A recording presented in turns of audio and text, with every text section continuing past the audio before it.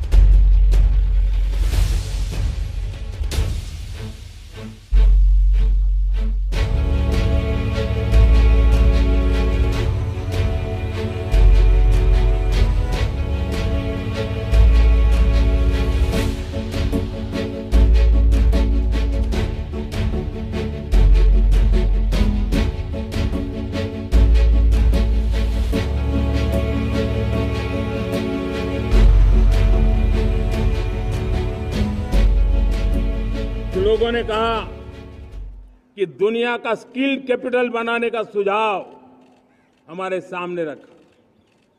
2047 विकसित भारत के लिए कुछ लोगों ने भारत को मैन्युफैक्चरिंग का ग्लोबल हब बनाने का सुझाव दिया। कुछ लोगों ने भारत की हमारी यूनिवर्सिटीज ग्लोबल बने इसके लिए सुझाव दिया। कुछ लोगों ने यह भी कहा कि क्या आजादी के इतने सालों के बाद हमारा मीडिया ग्लोबल नहीं होना चाहिए।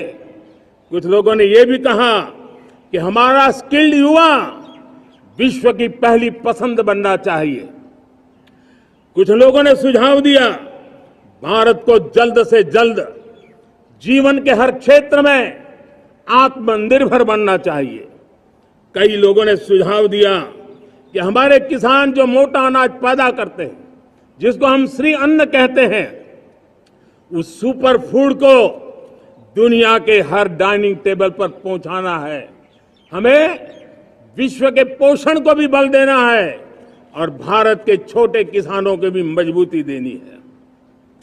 कई लोगों ने सुझाव दिया कि देश में स्थानीय स्वराज की संस्थाओं से लेकर के अनेक इकाइयां हैं, उन सब में गवर्नेंस के रिफॉर्म की बहुत जरूरत है। कई लोगों ने लिखा कि न्याय के अंदर जो विलंब हो रहा है उसके प्रति चिंता जाहिर की और यह भी कहा कि हमारे देश में न्याय व्यवस्था में रिफॉर्म की बहुत बड़ी जरूरत है। कई लोगों ने लिखा कि कई ग्रीनफील्ड सिटीज बनाने की अब समय की मांग है। किसी ने बढ़ती हुई प्राकृतिक आपदाओं के बीच शासन प्रशासन में कैपेसिटी बिल्डिंग के लिए एक अभियान चलाने का सुझाव दिया। बहुत सारे लोगों ने यह सपना भी देखा है कि अंतरिक्ष में भारत का स्पेस स्टेशन जल्द से जल्द बनना चाहिए।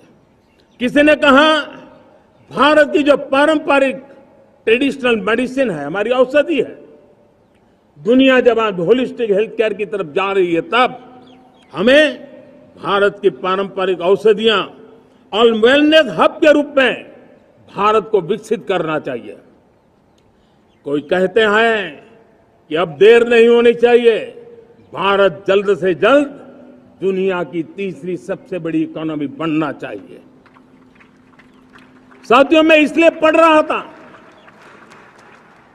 कि मेरे देशवासियों ने सुझाव दिए, मेरे देश के सामान्य नागरिक ने ये सुझाव हमें दिए हैं।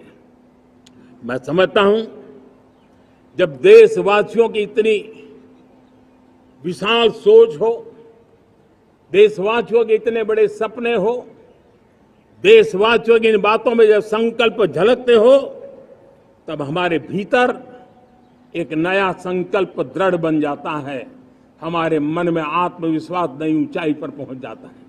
और साथियों, देशवासियों का ये भरोसा सिर्फ कोई इंटेलेक्चुअल डिबेट नहीं है, ये भरोसा अनुभव से निकला हुआ है।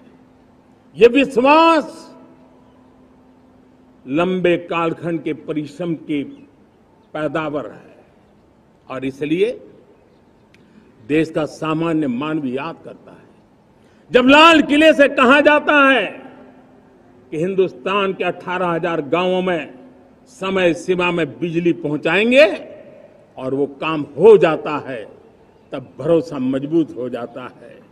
जब ये तय होता है कि आजादी के इतने सालों के बाद भी 2.5 करोड़ परिवार ऐसे हैं जहां बिजली नहीं है, वो अंधेरे में जिंदगी गुजारते हैं, 2.5 करोड़ घरों में बिजली पहुंच जाती है, तब सामान्य मानवीय का भरोसा बढ़ जाता है।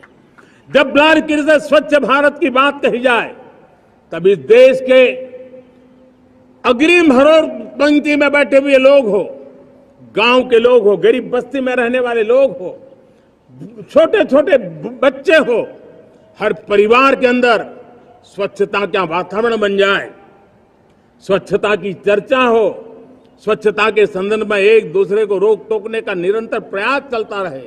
मैं समझता हूं कि ये भारत के अंदर आई हुई नई चेतना का प्रतिबिंब है। जब देश के सामने लाल किले से कहा जाए कि आज हमारे परिवारों में 3 करोड़ परिवार ऐसे हैं जिनके घर में नल से जल मिलता है, आवश्यक है हमारे इन परिवारों को पीने का शुद्ध पानी पहुंचे। जल जीवन मिशन के तहत इतने कम समय में नए 12 करोड़ परिवारों को जल जीवन मिशन के तहत नल से जल पहुंच रहा है। आज 15 करोड़ परिवार इसके लाभार्थी बन चुके हैं। हमारे कौन लोग वंचित थे इन व्यवस्थाओं से, कौन पीछे रह गए थे? समाज के अग्रिम पंक्ति के लोग इसके लिए अभाव में नहीं जीते थे। मेरे दलित, मेरे पीड़ित, मेरे शोषित, मेरे आदिवासी भाई बहन, मेरे गरीब भाई बहन, मेरे झुग्गी झोपड़ी में जिंदगी गुजारने वाले लोग, वही तो इन चीजों के अभाव में जी रहे थे। हमने अनेक ऐसे प्राथमिक आवश्यकताओं की पूर्ति के लिए जो प्रयास किया, और उसका परिणाम हमारे इन सारे समाज के बंधुओं को मिला है। हमने वोकल फॉर लोकल का मंत्र दिया। आज मुझे खुशी है कि वोकल फॉर लोकल ने अर्थतंत्र के लिए मंत्र बन गया है। हर डिस्ट्रिक्ट अपनी पैदावार के लिए गर्व करने लगा है। 1 डिस्ट्रिक्ट 1 प्रोडक्ट का माहौल बना है। अब 1 डिस्ट्रिक्ट 1 प्रोडक्ट को 1 डिस्ट्रिक्ट का 1 प्रोडक्ट एक्सपोर्ट कैसे हो, उस दिशा में हर जिले सोचने लगे हैं।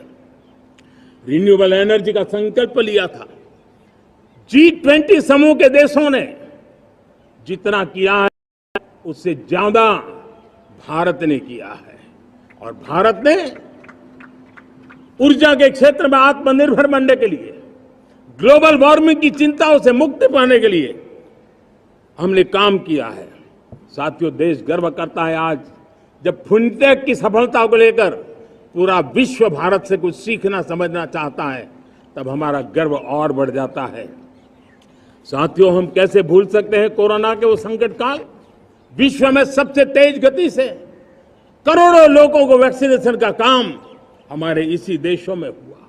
यही देश हैं जो कभी आतताई आतंकवादी हमें आकर के मार के चले जाते थे, जब देश की सेना सर्जिकल स्ट्राइक करती है, जब देश